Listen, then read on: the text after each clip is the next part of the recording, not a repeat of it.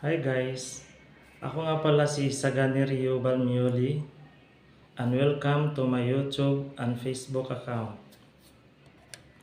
For this video, ituturo ko sa inyo kung paano mag-link ng YouTube account sa inyong Facebook account.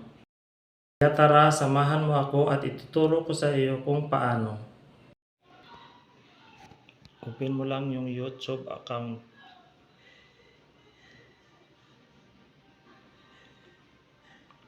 At pag nandito na kayo sa iyong YouTube, pindutin yung iyong profile yung nasa taas bandang kanan.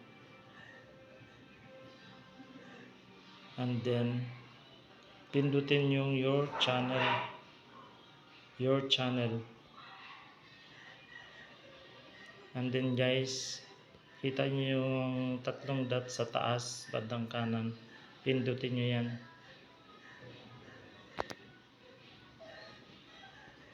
And then share. Pindutin niyo yung share. And then copy link. Pindutin niyo lang yung copy link. At yan, nakapit na guys. Back na tayo dyan.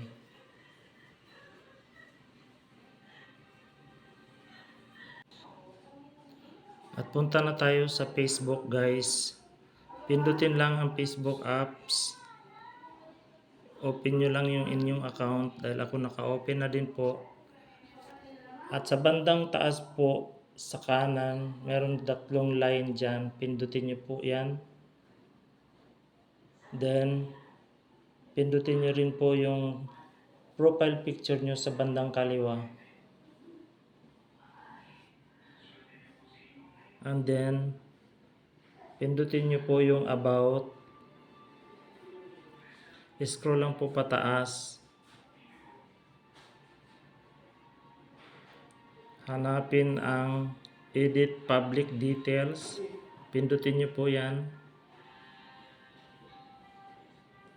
Scroll nyo pa rin po pataas. Then, hanapin yung links.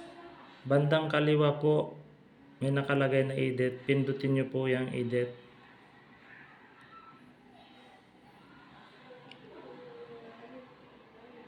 Add social link.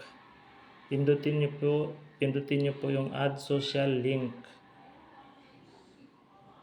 Then platform, pindutin nyo po yung platform. Hanapin yung YouTube. Once napindot nyo na yung YouTube, pindutin nyo po yung username. Then yung kinapin natin kanina doon sa YouTube,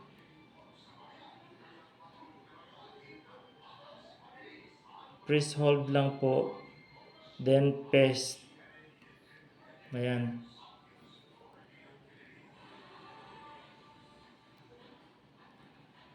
Ayan po yung link natin sa YouTube kanina. Then, back nyo lang po.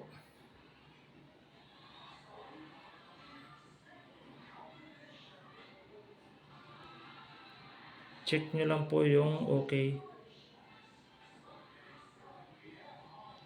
At yan po, lumabas na yung ating YouTube link. Sa taas po may nakalagay na save. Pindutin po yung save.